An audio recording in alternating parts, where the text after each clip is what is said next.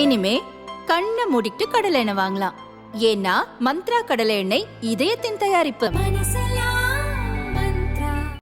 வடசென்னை அதிமுக வேட்பாளராக ராயபுரம் மனோ போட்டியிடுகிறார். இவர் காங்கிரஸ் முன்னாள் வடசென்னை மாவட்ட தலைவராக இருந்தவர்.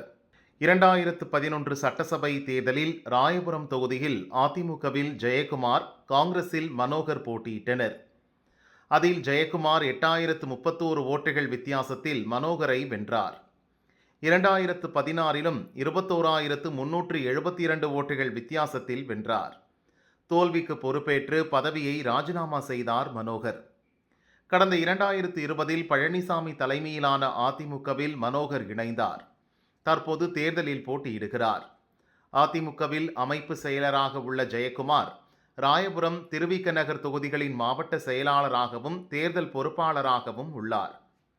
அதனால் சட்டசபை தேர்தலில் தன்னை எதிர்த்து போட்டியிட்ட மனோகரை இம்முறை எம்பி தேர்தலில் வெற்றி பெற வைக்க வேண்டிய கட்டாயத்தில் ஜெயக்குமார் உள்ளார்.